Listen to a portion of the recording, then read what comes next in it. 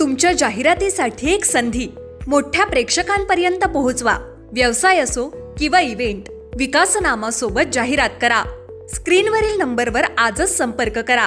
विकासनामा, तुमचा आवाज, तुमची जाहिरात.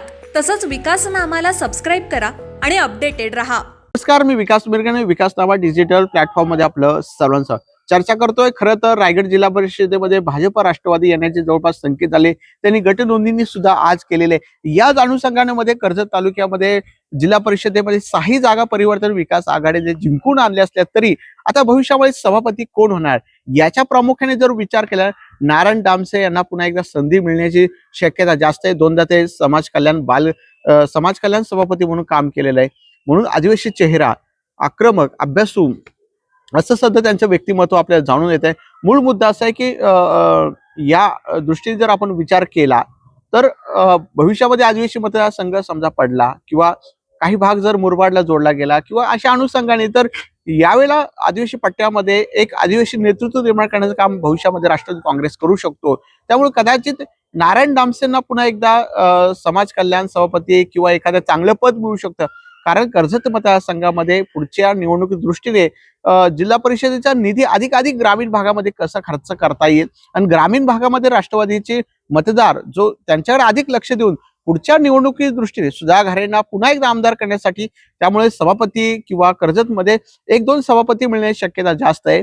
कदाचित नारायण दामसेंना सभापती मिळू शकतो, एखाद्या महिलेला सभापती मिळू शकतो. समजा शिंदे गटाला शिवसेना ठाकरे गट जे आहे ती समजा त्यांचं मातृश्व निर्णय झाला की पाठिंबा द्यायचा. 5 सदस्य आहेत सध्या जिल्हा परिषदेमध्ये. जर त्यांनी पाठिंबा दिला तर भाजपा, राष्ट्रवादी आणि असं, तर मग बाबू घारेंना कुठेतरी एखाद्या जे आहे समितीवर त्यांचा विचार केला जाईल किंवा त्यांना सभापती देण्याचा विचार भविष्यामध्ये एखाद्या ठाकरे गटाला केला जाईल. मग अशा अनुषंगाने बाबू घारेंना सुद्धा 2-2.5 वर्षासाठी जे आहे ते सुद्धा सभापती पद मिळू शकतं. म्हणजे नारायण दामसेंची वर्णी लागू शकतो.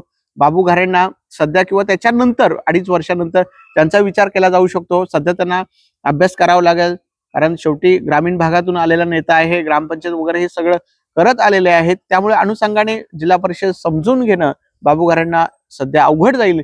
2.5 वर्षानंतर कदाचित त्यांचा विचार केला, सध्या कुठल्या तरी समितीनंतर 5-6 महिन्यांनी पूर्वी किंवा नवीन होऊ शकतो. मूळ मुद्दा असा आहे की जर आपण विचार केला तर बाबू घारेंची वर्णी लागू शकते. 6 जिल्हा परिषद एखाद्या महिलेची वर्णी लागू शकते. नारायण दामसेंची वर्णी लागू शकते.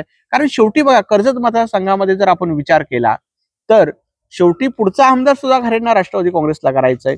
राष्ट्रवादीची ताकद ग्रामीण भागामध्ये वाढवायची. मग अशा वेळेला सभापती पद हे महत्वाचं होतं. मूळ मुद्दा असा आहे की ज्यावेळी सुरेश लाड पराभूत झाले होते त्यावेळेला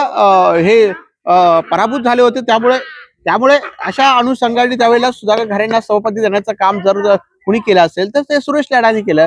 बांधकाम सभापती त्यांना मिळालं नाही, शिक्षण वगैरे काय त्यावेळेला ते देण्यात आलं. त्यावेळेस खरं तर सुरेश लाडांनी बांधकाम सभापती मागितलं होतं, पण मात्र त्यांना त्यावेळी तटकरेंनी दिलं गेलं नाहीये. तो मूळ मुद्दा आहे. मग अशा अनुषंगाने परत एकदा कर्जतला सार्वजनिक बांधकाम मिळणार का, काय समाज कल्याण किंवा शिक्षण, आरोग्य का उपाध्यक्ष, हे सगळे आता बघूया काय मिळतंय ते जिल्हा परिषदेमध्ये, काय राजकीय रणनीती आखतायत, कशा प्रकारे होत आहे ते पाहूया. धन्यवाद. तुमच्या जाहिरातीसाठी एक संधी मोठ्या प्रेक्षकांपर्यंत पोहोचवा. व्यवसाय असो किंवा इव्हेंट, विकासनामा सोबत जाहिरात करा. स्क्रीनवरील नंबरवर आजच संपर्क करा. विकासनामा, तुमचा आवाज, तुमची जाहिरात. तसंच विकासनामाला सबस्क्राईब करा आणि अपडेटेड रहा.